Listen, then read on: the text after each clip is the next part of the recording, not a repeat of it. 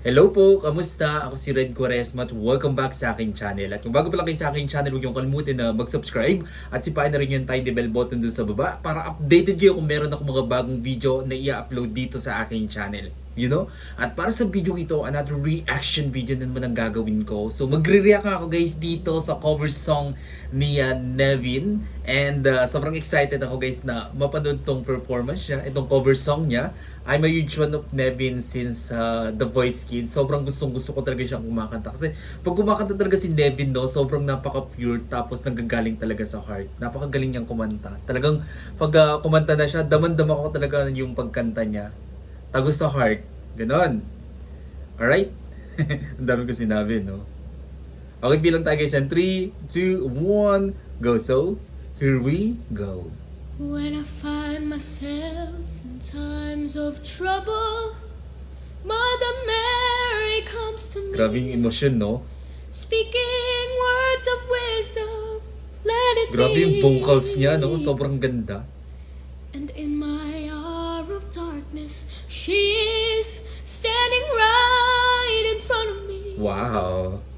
Speaking words of wisdom, let it be. Oh Let my it goodness. be. Let it be. Oh, let it be. Let it be. Ang galing niya, no? Speaking words of wisdom, let it be. Let it be. Let it be. Oh, let it be. Oh, let it be.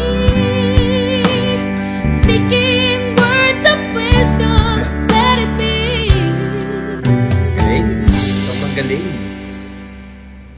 Grabe, sobrang galing talaga ni Nevin pag kumakanta siya, no? Kasi pag kumakanta talaga si Nevin is laging may emosyon tapos nanggagaling talaga sa heart.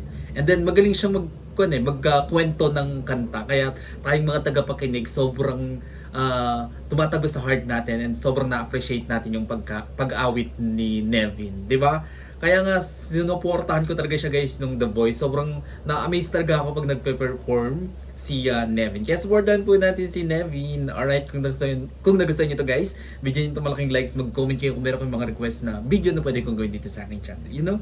Bye po!